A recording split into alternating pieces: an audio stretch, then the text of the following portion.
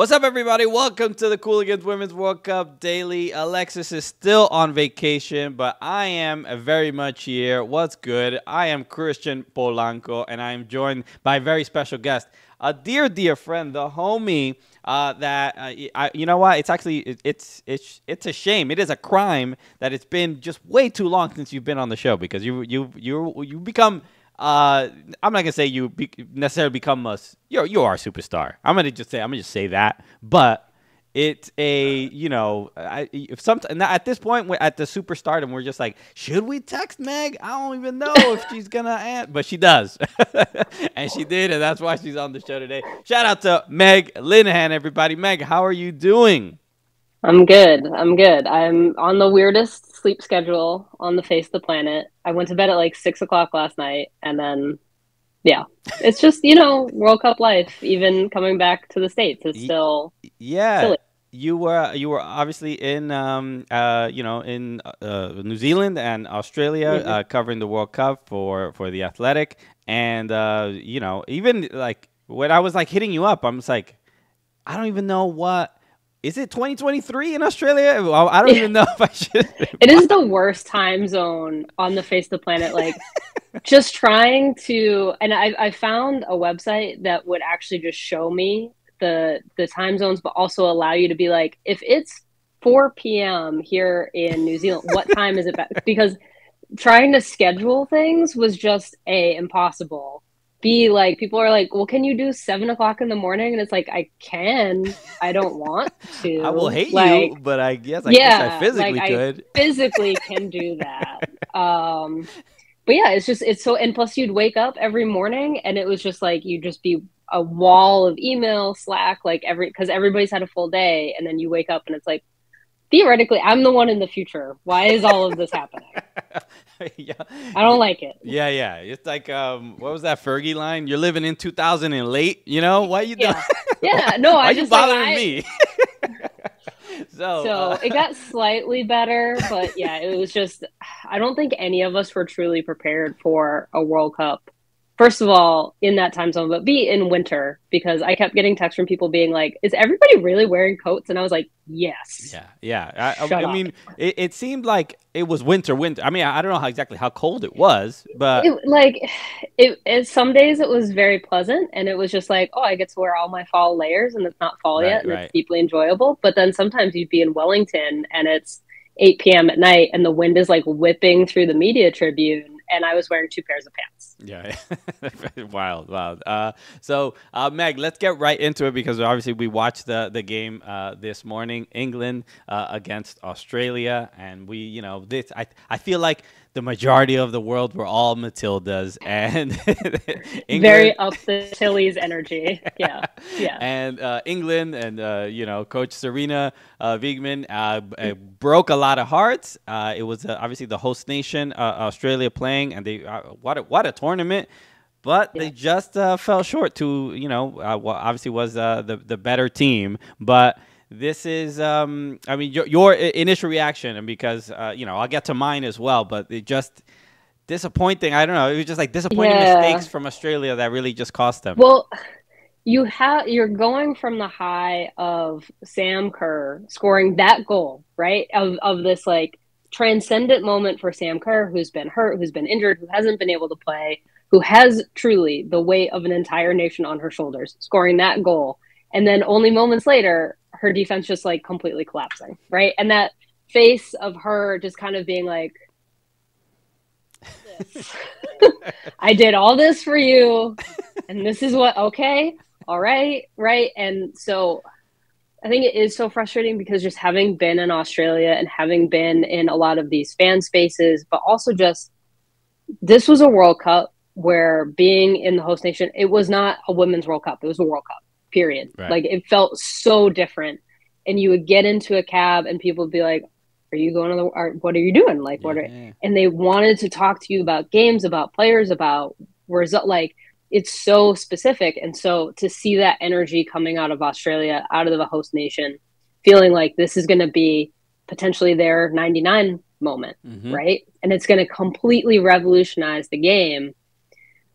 to then get that Sam Kerr goal and then immediately have it fall apart is just it's heartbreaking. It's completely heartbreaking. Yeah, yeah, that was kind of the best way to kind of encapsulate it. I mean, just the I don't know who was the defender. It was the fullback that just didn't make. Oh, Ellie Carpenter. Yeah, she just like could not make contact with the ball. Or it was like a little bit couldn't make contact, couldn't make a decision. Like it's one of those. Oh, I think maybe a miscommunication of like, oh, you're coming, like, or even like, Arnold, you're coming to get it.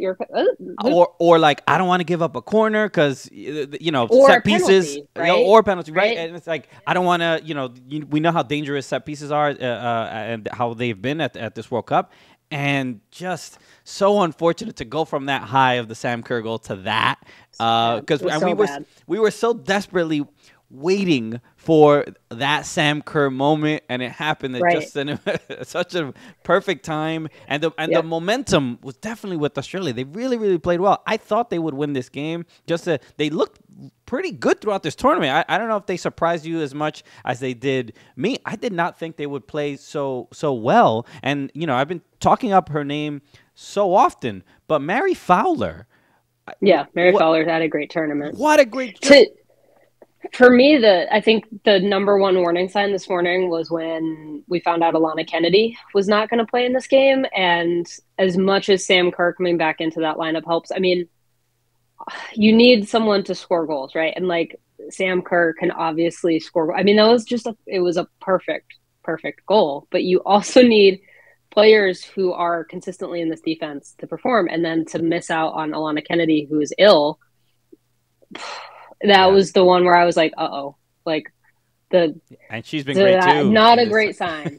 Not a great sign. And that she's just been with that team forever. Like, that is a player that I think you trust to be the cool head in the right moments. And, yeah, I think it had an impact on the game. But yeah, just I mean, it's like it's weird for us two Americans to be so somber about this Australian team. And it's truly, my wife came into the room and was just like, I'm really sorry about England. And I was like, me too.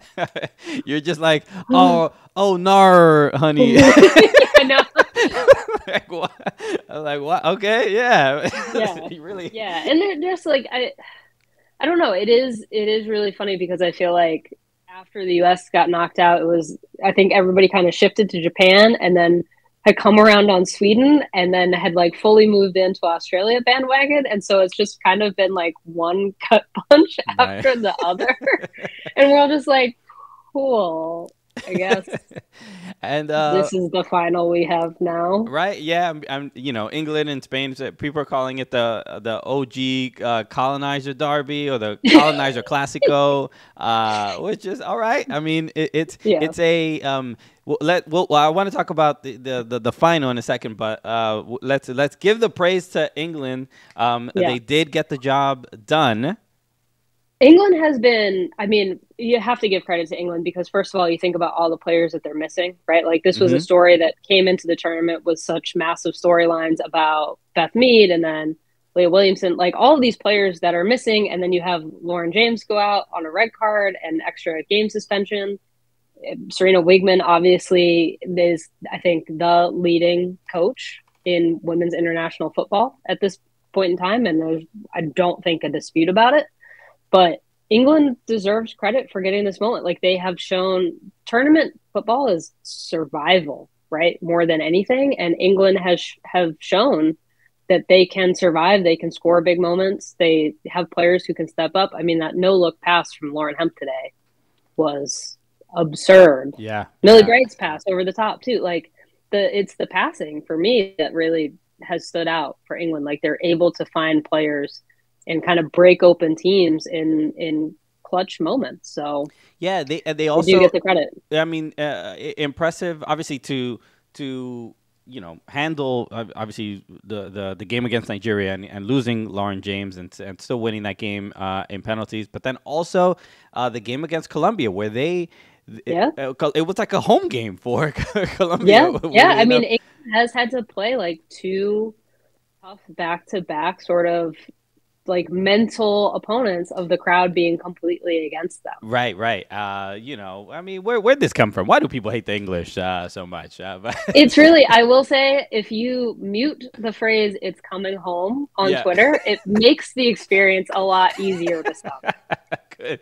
That's good to know. That's good to I know. went this morning to go meet, and then it was already muted, and I was Yeah, like, yeah. "Oh, all right, I thought of it already. Good, great." I mean, in this game against Australia, I think that's where you have to give them a lot of credit, because the mental kind of strength to have that game against Colombia, and where, clearly we know who the sort of underdog is, but the fans are really, really behind them. And Yeah, with the Matildas, it was just clearly there, and that's why that giving up that second goal was really, really the heartbreak, because that, if they didn't do that, I don't see.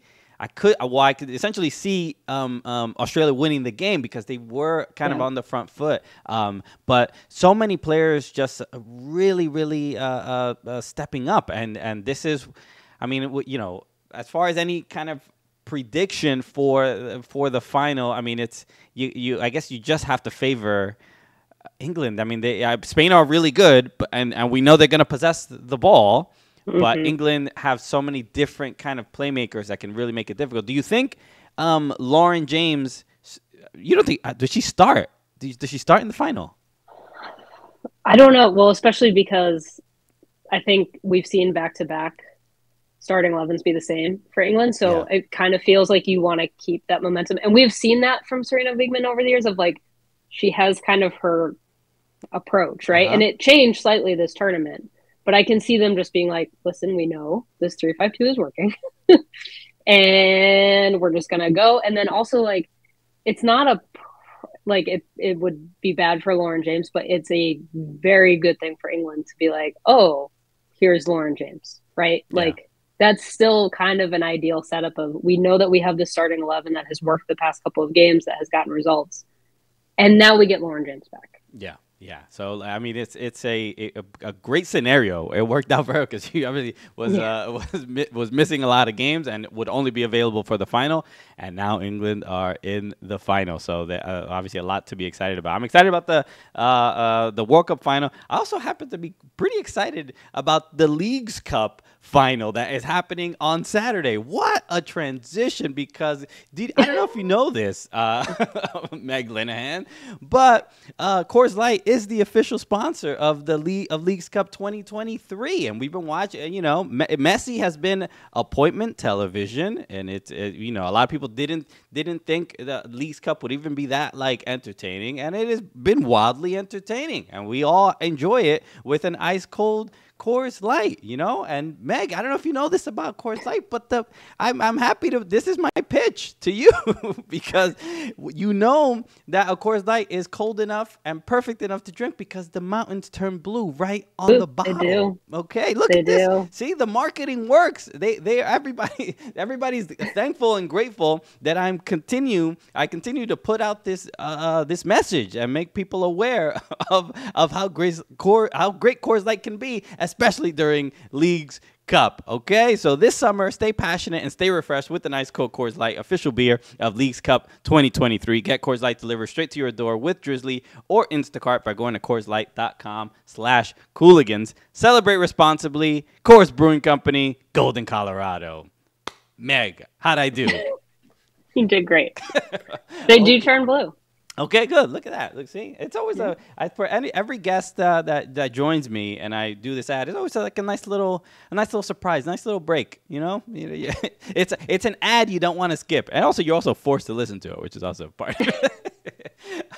Okay, Meg, you are truly an incredible journalist, and I've been lucky to know you for a long time, and I've seen not only your growth in your own craft, in popularity, but also you've just done some incredible and important work that I've really admired. And I don't say that lightly. Obviously, the article, the NWSL kind of scandal and everything that happened there. But then you also recently wrote an article about the U.S. women's national team getting knocked out of the World Cup, and I recommend everybody to check it out on The Athletic.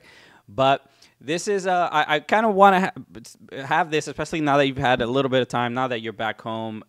Just looking back a little bit, because the experience. I was talking to Jessica Smetana yesterday. She was on the show. And I basically made the example that, we cover women's soccer on this show from time to time. We're stand-up comedians that talk about this sport. I don't think the bar is incredibly high for us as maybe some journalists, but people tend to appreciate the fact that, we show some love to the women's game. But we've never done 30 straight days of covering women's soccer, and it's been an interesting aspect of sort of our lives and our careers, where people are really upset that we seem to be talking about women's soccer for 30 days straight, where it has brought in how dare you, you're a gender traitor, actually. Like, that's what it is. You're just a gender traitor. And so people, the manosphere is upset with us, but I basically said, like, when you cover women's soccer for 30 days straight, you essentially feel like a woman on the internet, right? Who deals with a lot of criticism and judgment over anything that you really do. But this has been a unique time. So, we're not used to seeing the U.S. women's national team lose, and it's been it's brought out the crazies, the weirdos, the people who definitely don't even watch games. They don't watch soccer, but they have a lot of opinions on women's soccer. So when you were writing an article and just kind of sifting through all this stuff, I'm sure it feels kind of gross, but what was it? What was how'd it go? How'd you do it? What was kind of nice about being over there, and so I wrote that column literally my last night in Australia. Like, I was getting on a plane the next morning out of Sydney to go back home. And, that last day I had flown from Melbourne to Sydney just to basically put myself in proximity to the airport. And I was like, I'm going to book myself a nice little beach hotel and do this nice, beautiful coastal walk. And I had, I think, my first beer, honestly, in like probably 2 weeks, because I got sick over there. So like I put myself in the obviously best. Coors Light, so we all know that. Yeah. Coors Light, very popular in Australia, famously. But I tried to like put myself in like this good, calm mental space before I got myself kind of very revved up again, because one of the other things too is we were kind of watching throughout the tournament that there was this brewing rehash of some of the 2019 stuff, right? Like, suddenly there was this new discussion about, well, they're not singing for the anthem. And we were we were all kind of talking to each other across like the media group of like, are you touching it? I don't want to touch it. Like, it's not people who care about the team. It's a bad faith attack. Like, if we give it oxygen, it takes off. Like, we don't want it to kind of pierce the bubble that we're in. So basically we kind of like put something together in case the issue got forced. And so I took a lot of what I had kind of put into place there and just started expanding it in terms of, this was, it was a moment that just a lot of people have been waiting for 4 years, right? And Megan Rapinoe is obviously just like a lightning rod of a person, but I think there is some comfort in the fact that it shows that they have cultural power in the US, that they are a threat to a certain segment of the population, because first of all, like, and it really is as simple that they are women, but they are successful women, that they had this moment of failure, right? Which happens in sports. But suddenly it becoming about, well, they didn't sing for the anthem. They're deeply unpatriotic. You have Donald Trump popping up. And like, so much of it too is also, it's a distraction from the fact that he's being indicted left and right, right? Like, it's Nikki Haley trying to like glom onto something when she doesn't have good approval numbers right at the moment. She's trying to run for president. Like, so much of it is just, I think I use the word craven, right? Like, it's manufactured and it's just to score a point. And I think sometimes we forget that these are actual human beings on the other side of it. And that, I just think about like what's happened with Brittany Griner, right, in the WNBA, and that she, like, her physical safety is currently in question. And so and I've seen this for Megan Rapinoe, right? Like Megan Rapinoe has to have like extra security at games, and this is already the case. And now I think I'm honestly even more worried about it now, right? Because I think they do sense this kind of weakness or vulnerability, and so the column was not necessarily fun to write, but I think I give full credit to my editor, Alex Avnos at The Athletic, because I kept joking, like the Key and Peele skit, like he was my anger translator, where I was just like truly like throwing fire. And I was like, I don't think I'm allowed to be this spicy. So you have to like bring it back into a level where it is going to like actually be published. But yeah, it was, I think it just kind of, you don't want to give it weight. You don't want to give those comments weight, but also at some point, I think you have to have a reality check. That's all it was. It's an interesting thing of like, the not singing for the anthem, right? Which is like, I mean, did you watch? Like, if the people watch, if they actually did watch, plenty of countries didn't sing people didn't sing the anthem, or some did, some didn't. Some players do. Yeah, also like I have always found this fascinating too, because, and to be fair, I'm not an elite athlete in any way, and never could be, because my brain is not wired that way. But like, if I'm about to play in a World Cup game, honestly, my last thought is probably about singing that national anthem. I'm trying to nail this anthem. I just gotta warm up my vocals before the game. Right. So it's also like just not required. It's not required. Right. Yeah. It's made up. Yeah. Yeah, and that's sort of the thing of it being manufactured. There's always like a moving of goalposts. Yeah. Like it's like, I mean, I hope we all like collectively understand that normal people don't get upset about this stuff. Like reasonable people don't care. Like I mean, and whether you're very patriotic or not, wherever you lie on any political spectrum, like it's deeply unimportant whether people sing anthems or not. And when it, to be fair, also our anthem is terrible. Like it's terrible. It doesn't even slap like that. Why? No, it's not France.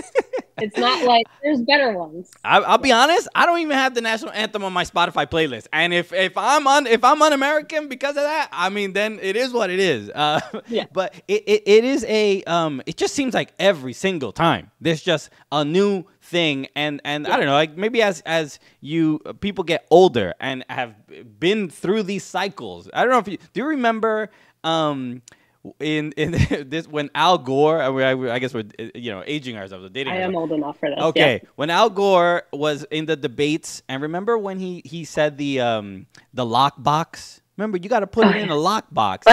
And then everybody was like, "Who is this dork talking about? You got to put things in the lockbox?" And he was like referring to like some financial policy or something. It was just really, really like silly, like big dad energy or whatever. And this guy got hammered in the press. Same thing with like Howard Dean. The right? Yeah. And this was like, we can't even have a dork like this ever be near the presidential office. And now it is always that those were the things that people used to kind of debate about what politics kind of should be, this kind of silly stuff.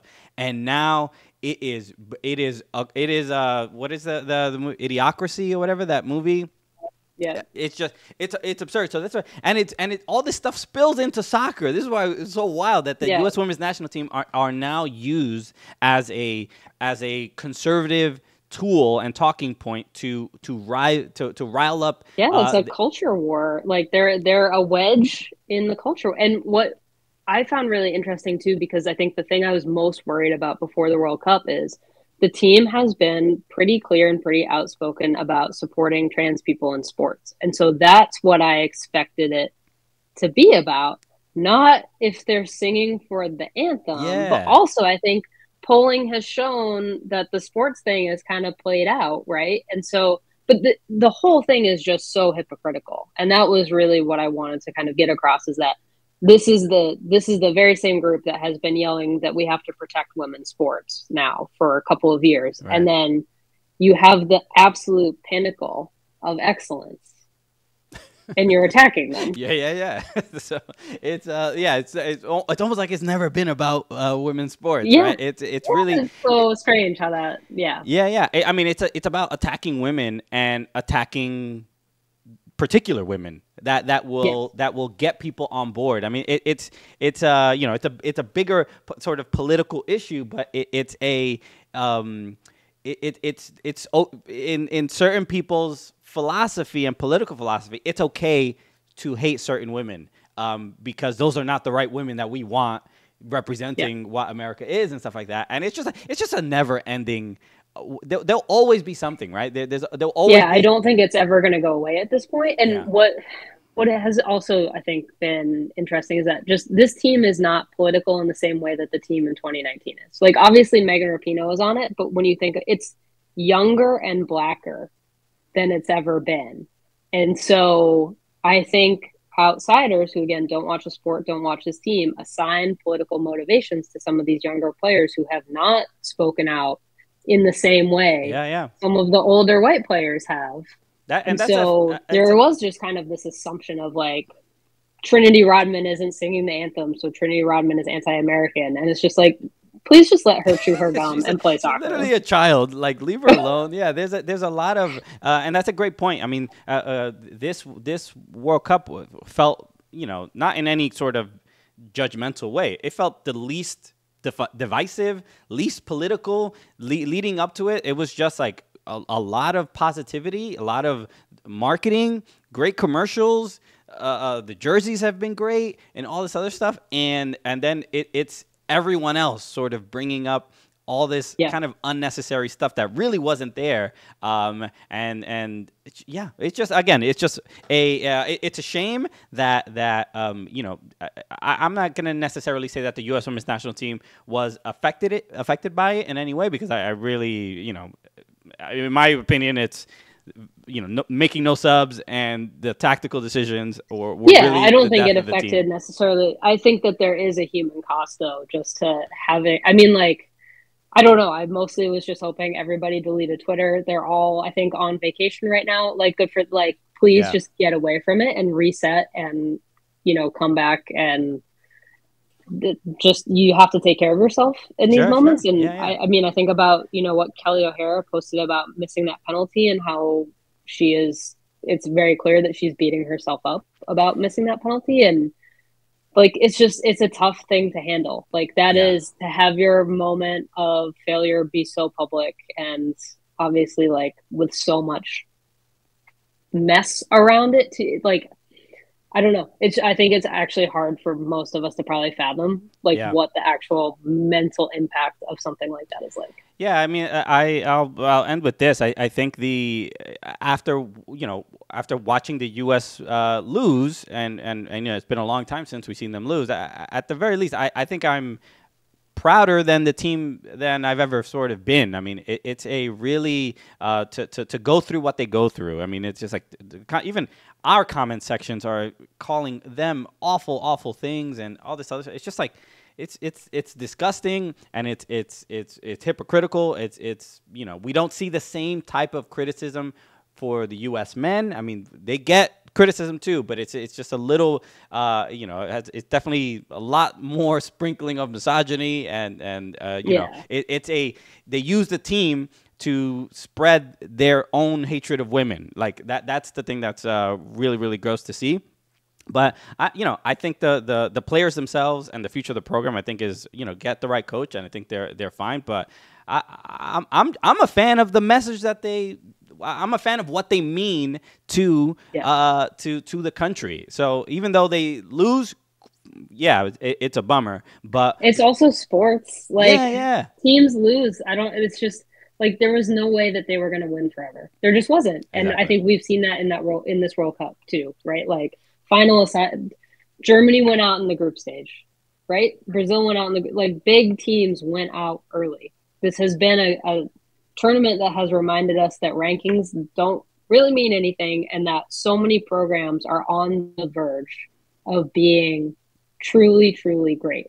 And with far fewer resources and Yeah. with a lot worse stuff happening, right? Like, we're ahead of the curve there. But 2027, This is going to be a very different World Cup than what we've ever yeah. seen. This did feel quite transformative. I'm still. I think a huge boost. I think for women's soccer in the world to see all the new countries do well. And the U.S. losing. Now we're gonna have a new World Cup champion that has never won before. So that'll be exciting. Obviously, so that's gonna be on Sunday, Spain against England. We don't have too much time, but I do want to just get your thoughts on the Spanish national team because we all know that the very public fight that they've been having. Everybody hates the coach. I mean, that's really what we've been kind of getting. If they win, what does this mean for the Spanish Federation? Because it's obviously exciting for the players, but I don't know. Yeah, I mean, I think everybody's just really worried that it makes their federation feel very emboldened of like, no, this is the right guy to take us through this moment, and he won't go anywhere. And so there's a couple different ways that can play because yes, the federation might be emboldened, but also maybe the players feel emboldened and say, this man had nothing to do with it, right? Yeah. The challenge is that they took a stand and that it was not entirely successful, and they kind of used their biggest ploy of a quasi strike, and then players came back. Yeah. So now, like, that move is kind of gone. So it is going to be really, if they win, somehow it does turn into an uphill battle to actually try to make the changes because it did feel like we just put pause in this as an issue. And there are these bigger systemic things happening. It's bigger than the coach, right? Like, yes, the coach is clearly a symptom of the overall problem. But if they win, it just feels like, no, we got it right. I don't know what you're talking about. Yeah, I think stuff in my mind, I mean, like if they do win, obviously the victory tour is like the thing that is the next thing that happens. And maybe that is where the players say like, all right, we won, but we're not playing any games until maybe there's some changes. So what could be interesting is I think about, you go back to 99, the U.S. win the World Cup, and then players do immediately go on strike over bonuses in the Olympics ahead of 2000. And those were big players too. And it was mostly successful. Yeah. So there is a precedent of you win a World Cup and then you immediately kind of have some sort of labor action because it gives you power. And to be fair, the U.S. Federation at that point was also very much in the like, I mean, you should, if people haven't read those quotes from that kind of labor action where, I mean, the Secretary General of U.S. Soccer is basically like, they should shut up and be grateful that they got to play in a World Cup final and they'll get to play in the, like, it's the same kind of stuff that we still see. So it is, and I think it just is going to be, people have to keep external pressure on because it's the public battle that tends to move the needle more than anything within like the actual halls of a federation. Yeah. Okay. All right. I mean, it's a lot of storylines throughout this whole World Cup, and it's been fascinating. Meg, thank you so much for joining me. Thank you for all the coverage. I know it's a lot of people may not be aware, but it is an incredible amount of work and coverage and going to different cities and traveling and stuff like that. So we're definitely very, very grateful for your time. Everybody, make sure you go follow. It's Meg Linehan on Twitter or X or whatever you want to call it. Okay. We're not going to call it. We're not going to call it X. We're never going to call it X. But Meg is just absolutely one of the best. Go subscribe to The Athletic to read her work. Literally one of the best, people who cover women's soccer. I mean, the go-to source, my go-to source, without a doubt. I appreciate that. Meg, thank you again. Everybody, make sure you subscribe to our podcast if you haven't yet. The Cooligans on all socials, at Soccer Cooligans on all socials. Subscribe on YouTube, Apple Podcasts, Spotify, and shout out to everybody watching on DraftKings Network as well. And that's it. We have so Women's World Cup Daily. I believe there's just a couple left. So I mean, the finals on Sunday. We have we have one more episode before the final. So just my producer just told me in my ear. But as always, thank you so much to everybody who's been tuning into all these episodes. We really, really appreciate it. If you haven't, listen back to the old episodes if you missed any. It is a comedy show. Yes, we've talked about the sport or whatever, the team or the result. It doesn't really matter. You'll still have a good time. So make sure you tune in and leave a review on Apple Podcasts if you have not yet. All right. Meg, you are the absolute best, an absolute legend in the game. I appreciate you. We'll be back tomorrow with another episode. Keep enjoying the Women's World Cup. We'll see you tomorrow. Peace.